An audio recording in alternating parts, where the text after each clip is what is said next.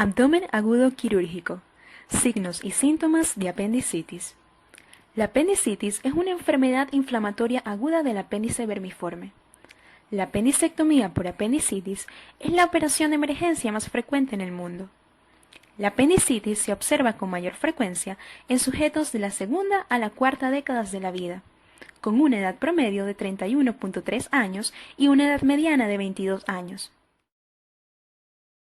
El factor etiológico predominante en la apendicitis aguda es la obstrucción de su luz. Los fecalitos, es decir, la materia fecal, son la causa más común de obstrucción apendicular. Menos frecuentes son la hipertrofia del tejido linfoide, impacto de vario por estudios radiológicos previos, tumores, semillas de frutas y verduras y parásitos intestinales. Por otra parte, también podría ocurrir inflamación local del apéndice secundaria a algún agente infeccioso.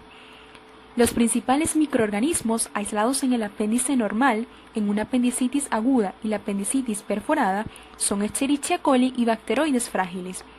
No obstante, puede haber una amplia variedad de microorganismos, ya que la apendicitis es una infección polimicrobiana.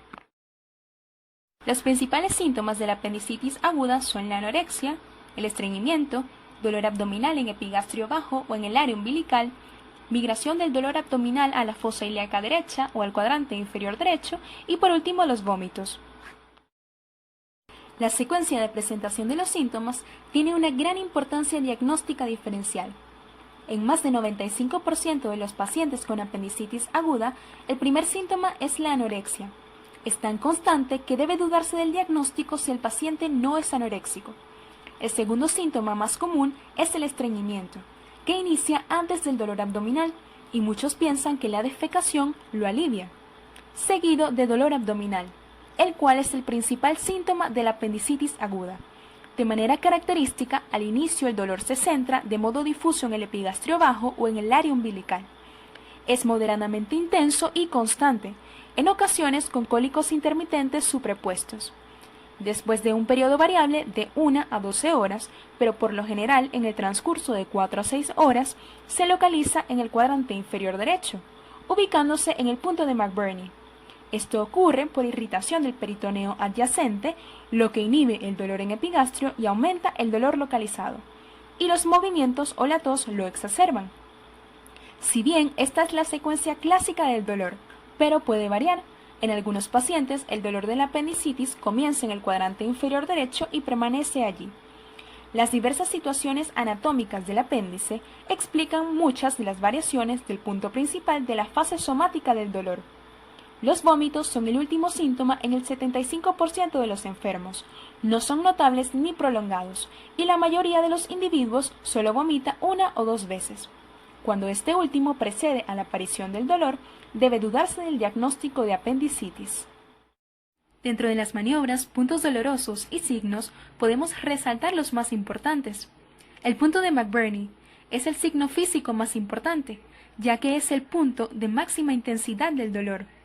Se ubica en el punto medio de la línea entre la espina ilíaca anterosuperior y el ombligo. El signo de Bloomberg, dolor en fosa ilíaca derecha a la descompresión. Se presenta en el 80% de los casos e indica compromiso de la serosa peritoneal. El signo del psoas indica un foco irritativo cerca del músculo. La prueba se lleva a cabo al solicitarle al enfermo que se acueste sobre el lado izquierdo, a medida que el examinador extiende con lentitud el muslo derecho, con el estiramiento consecuente del músculo psoas ilíaco. La prueba es positiva cuando la extensión causa dolor. El signo del obturador. La prueba se realiza con el paciente en posición supina, mediante la rotación interna pasiva del muslo derecho flexionado. Una señal del obturador positiva de dolor hipogástrico al estirar el obturador interno señala irritación en la pelvis. El signo de Robson, dolor en fosa ilíaca derecha al comprimir fosa ilíaca izquierda.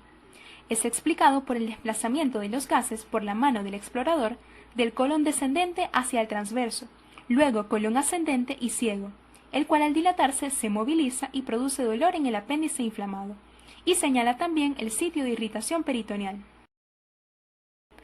El diagnóstico de la apendicitis aguda es fundamentalmente clínico.